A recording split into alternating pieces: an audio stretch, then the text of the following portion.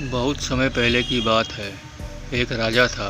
वो राजा बहुत अच्छा था, मगर राजा को एक सुख नहीं था।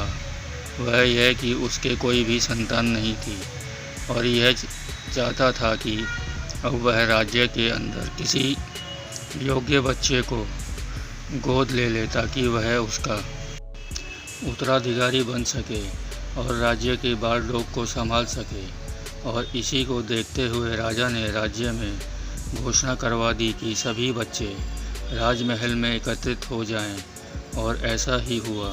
राजा ने सभी बच्चों को पौधे लगाने के लिए अलग अलग प्रकार के बीज दिए और कहा कि अब हम 1 साल बाद मिलेंगे और देखेंगे कि किसका पौधा सबसे अच्छा होगा।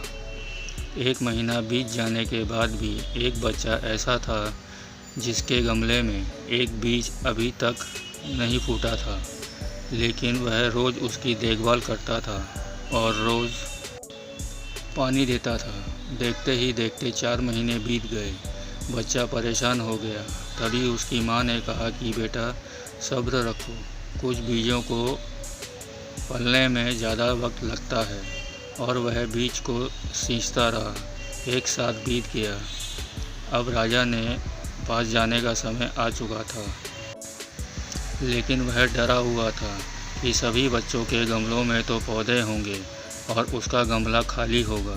लेकिन वह बच्चा ईमानदार था और सारे बच्चे राजमहल में आ चुके थे। कुछ बच्चे जोश से भरे हुए थे क्योंकि उनके अंदर राजा का उत्तराधिकारी बनने की लालसा थी। अब राजा ने आदेश दिया, सभी बच्चे अपने अपने गमले दिखाओ। और सभी बच्चे दिखाने लगे, मगर एक बच्चा सहमा हुआ था क्योंकि उसका गमला खाली था। तभी राजा की नज़र उस गमले पर गई। उसने पूछा, तुम्हारा गमला तो खाली है। तो उसने कहा, लेकिन मैंने इस गमले की 1 साल तक देखभाल की है। राजा उसकी ईमानदारी से खुश था कि उसका गमला खाली है।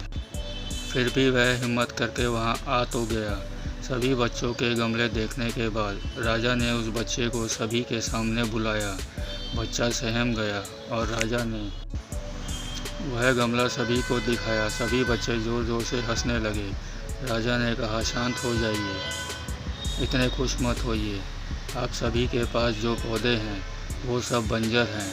आप चाहें कितना भी मेहनत कर लें, उसके कुछ नहीं निकलेगा, लेकिन असली बीज यही था। राजा उसकी ईमानदारी से बहुत खुश हुआ और उस बच्चे को राज्य का उत्तराधिकारी बना दिया।